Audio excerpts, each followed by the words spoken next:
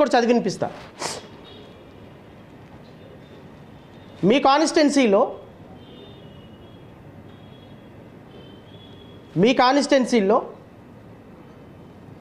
ఎవరైనా ఒక ఎస్సీకి సంబంధించినటువంటి వ్యక్తి చర్చికి వెళితే ఆయన మీద కలెక్టర్కి కంప్లైంట్ చేస్తుంది ఎవరు అంటే Raghurama Krishnam Raju.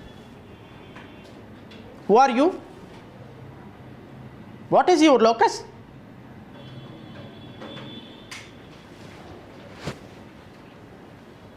What is your locus అండి?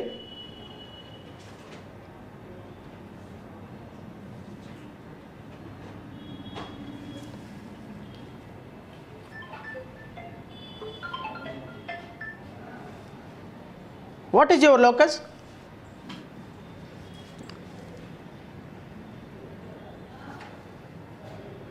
ఎవరైతే చర్చిలకు వెళ్తున్నారో, ఎవరైతే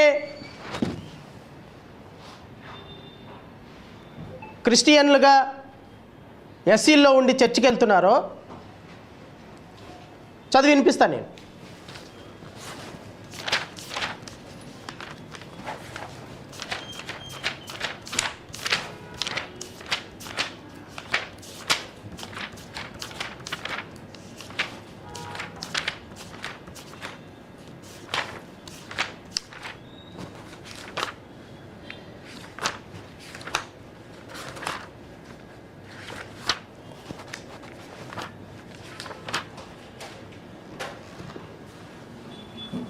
ROC number 19374002024 dated 1/3/2025.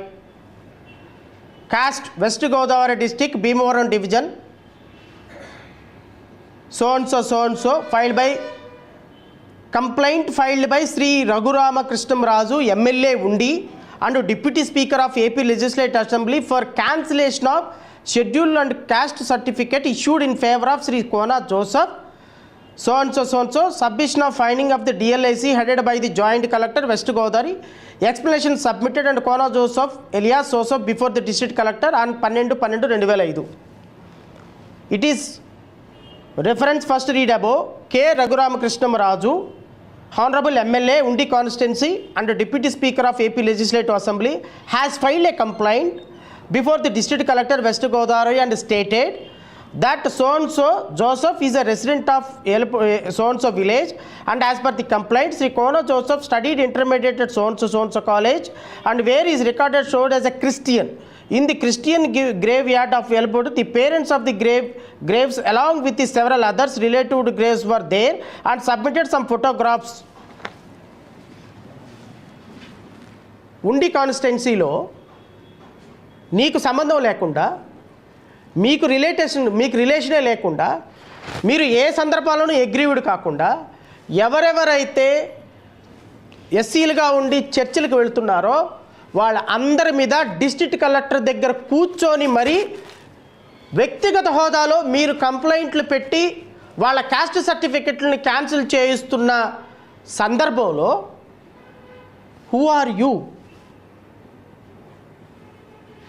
Who are you? Is it not promoting enmity between two communities?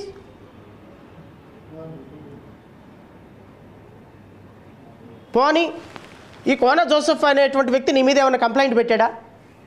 పోనీ నీకు తెలిసిన వాళ్ళ మీద ఏమైనా కంప్లైంట్ పెట్టాడా? ఏమండి ఆయన ఎస్సీ కాదు, ఆయన చర్చికి వెళ్తున్నాడు, నా మీద కంప్లైంట్ పెట్టాడు, నేను బాధితుణ్ణి కాబట్టి అతను క్యాస్ట్ సర్టిఫికేట్ క్యాన్సిలేషన్ చేయండి అని చెప్పేసి నువ్వు కలెక్టర్ కంప్లైంట్ పెట్టు, వెరీ గుడ్, అప్రిషియేట్. కానీ హూ ఆర్ యూ సార్?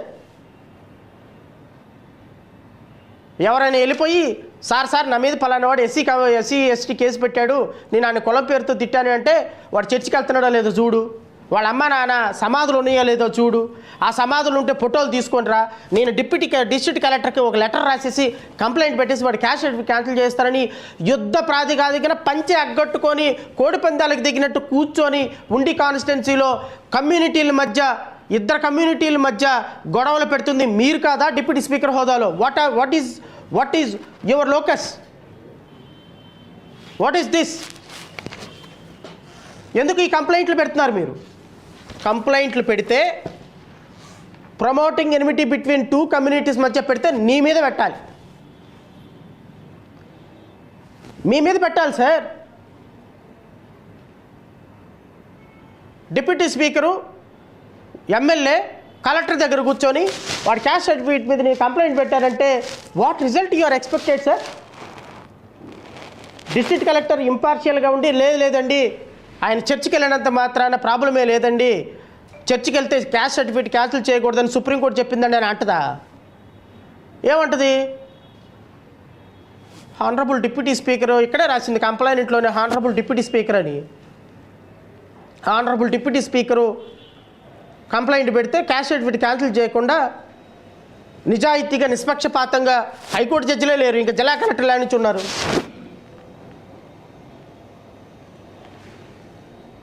కాన్స్టిట్యున్సీలో రాష్ట్రంలో ఎవరైనా ఒక దళిత ఆఫీసరు, ఒక ఆఫీసరు, ఎస్సీ ఆఫీసరు ఎవరైనా ఒక క్రిస్టియన్ మాట మాట్లాడితే గద్దల్లాగా ఆయన మీద పడిపోతున్నది మీరు. అంటే మీ మీద మేము పడవనా? మేము పడితే ఎలా ఉంటుందో తెలుసా? మేము పడితే వారు వన్ సైడ్ అయిపోద్ది. రఘురామకృష్ణరాజు గారు మీరు అనుకుంటున్నారేమో, మేము పడటం అంటూ మొదలు పెడితే పంచలెక్క పట్టుకొని పరిగెత్తాల్సిందే మీరందరూ. మాకు చేత కాదు, టైం వస్తుంది మాకు కూడా, వెయిట్ చేయండి. మీరు 5 సంవత్సరాలు ఆంధ్రప్రదేశ్ రాష్ట్రంలో అడుగు పెట్టినప్పుడు మీకు బాసటగా నిలబడింది జడా శ్రవణ్ కుమారే, ఒక దళిత వ్యక్తి, గుర్తుపెట్టుకోండి.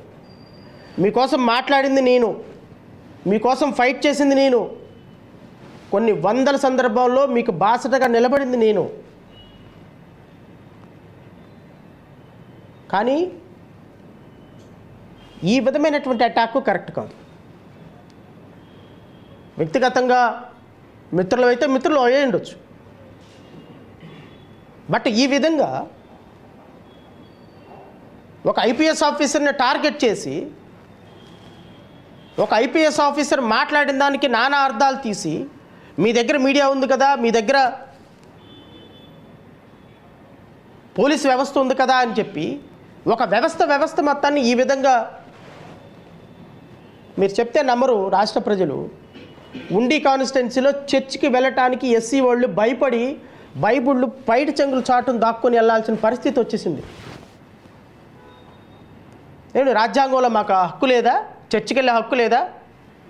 చర్చికి నేను వెళ్తా అంటే క్యాస్ట్ సర్టిఫికేట్ క్యాన్సిల్ చేస్తారా? మా అమ్మ మా నాన్న చనిపోతే సమాధులు కట్టుకుంటాం, క్యాస్ట్ సర్టిఫికేట్ క్యాన్సిల్ చేస్తారా? చేస్తారండి. నేను మసీద్కి వెళ్తాను, నన్ను ముస్లింగా మార్చేస్తారా? చెప్పండి సార్. సుప్రీంకోర్టు జడ్జిమెంట్లు అన్నీ చదువుతారు కదా, పోనీ సుప్రీంకోర్టు జడ్జిమెంట్లు మాకు తెలియదండి అంటే నేను చదివి వినిపిస్తా, చదవండి మీరు కూడా. చెప్తా మీకు ఏ సుప్రీంకోర్టు జడ్జిమెంట్ ఏం చెప్పింది అనేది చదివి మీకు వినిపిస్తాను.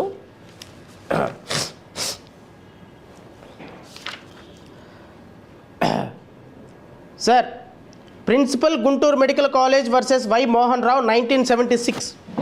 Honorable Supreme Court addressed the question of eligibility for scheduled caste benefits following conversion or reconversion into Hinduism. The court held that eligibility for caste based on entitlement must be determined based on well-established legal principles rather than the arbitrary decision by the government authorities. Once ఒక ఎస్సీగా పుట్టినటువంటి ఒక వ్యక్తి by way of baptism conversion అయితేనే SC caste certificate రద్దు చేయాలి తప్ప నేను చర్చికి వెళ్ళాను కాబట్టి నా క్యాస్ట్ సర్టిఫికెట్ రద్దు చేస్తా, మా అమ్మ మా నాన్న సమాధుల్లో ఉన్నాయి కాబట్టి గ్రేవ్ యార్డ్లో ఉన్నాయి కాబట్టి రద్దు చేస్తాననే హక్కు నీకు కాదు కదా, ఈ దేశంలో సుప్రీంకోర్టుకు కూడా లేదు. నేను వాలంటర్లీ కన్వర్ట్ అయినా క్రిస్టియానిటీలోకి, నా డిక్లరేషన్ ఉందా, నా బాప్తిజం తీసుకున్నట్టు సర్టిఫికెట్ ఉందా, దెన్ నేను ఎస్సీ రిజర్వేషన్ వదులుకున్నట్టే. And the Supreme Court stated further, once నువ్వు క్రిస్టియానిటీని ఒక్కసారి ఎస్సీ స్టేటస్ని వదులుకొని క్రిస్టియానిటీలోకి వెళ్ళి మరలా ఆ క్రిస్టియానిటీలో కనుక నీకు నచ్చకపోతే మళ్ళీ నువ్వు రీకన్వర్ట్ అయ్యి నీ షెడ్యూల్ క్యాస్ట్లోకి వస్తే మరలా నీ రిజర్వేషన్ నీకు వర్తిస్తుంది అని చెప్పినటువంటి జడ్జిమెంటు. మహమ్మద్ సదిక్ వర్సెస్ దర్బారా సింగ్ గారు 2016. ఇది కూడా రాసుకో. సుప్రీంకోర్టు జడ్జిమెంట్లు, హైకోర్టు జడ్జిమెంట్లు మాకు తెలియదు, రూల్స్ మాకు తెలియదు అనుకుంటే పిచ్చి పొరపాటు మీది. మా జనానికి అవేర్నెస్ లేదు అంతే. మా జనాలు మీలాంటి వాళ్ళని నమ్ముతున్నారు కాబట్టే మాలాంటి వాళ్ళ మాటలు గాలిలో కలిసిపోతున్నాయి. మాలాంటి వాళ్ళకి విలువనివ్వకుండా మీలాంటి వాళ్ళ పంచన చేరుతున్నారు కాబట్టి మా బానిస కుక్కలన్నీ మీలాంటి వాళ్ళ పంచన చేరుతున్నాయి కాబట్టి ఇప్పుడు నేను ప్రెస్ మీట్ పెట్టాను కదా, సాయంత్రానికి మొదలవుతాయి మళ్ళీ బానిస కుక్కలన్నీ. మళ్ళీ మరొకటి మొదలు పెడతాయి. రఘురామ కృష్ణరాజు గారు వేసే బిస్కెట్లకి రఘురామ కృష్ణరాజు గారిని అంటావా? రఘురామ కృష్ణరాజు గారు దేవుడు, ఇంద్రుడు, చంద్రుడు. మళ్ళీ మా వాళ్ళ మీద మా మీద మమ్మల్నే ఎగదొస్తారు. భయపడేది ఏం లేదు రఘురామ కృష్ణరాజు గారు. నేను మీకు గౌరవప్రదంగా చెప్పేది ఏంటి అంటే, you are honourable deputy speaker of Andhra Pradesh. You maintain absolute integrity, you maintain neutrality. మీకు రాజకీయాలతో సంబంధం లేదు. మీ కాన్స్టిట్యున్సీ ప్రజల గురించి మాట్లాడుకోండి.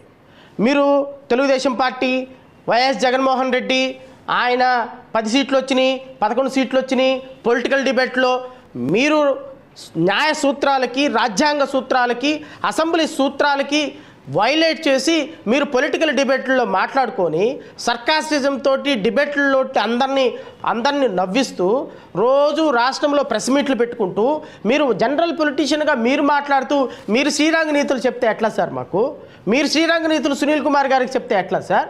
మీరు రాష్ట్రంలో న్యాయం గురించి, ధర్మం గురించి, సివిల్ రూల్స్, సర్వెంట్ రూల్స్ గురించి మీరు చెప్తే ప్రజలకి సిగ్గుపోద్ది సార్. ముందు మనం చూసుకుందాం రండి. గురువించ కింద సామెతలాగా ముందు మన నలుపు చూసుకుందాం. మన నలుపు చూసుకున్న తర్వాత మళ్ళీ పక్కకి వెళ్ళిపోదు. మీరు ఈ అటాక్ని ఇంతటితో ఆపకపోతే మీ మీద అటాక్, లీగల్గా అటాక్ మేము స్టార్ట్ చేయాల్సి వస్తుంది. దయచేసి అంత దూరం తీసుకొచ్చుకోకండి. మీరు డిఓపిటీకి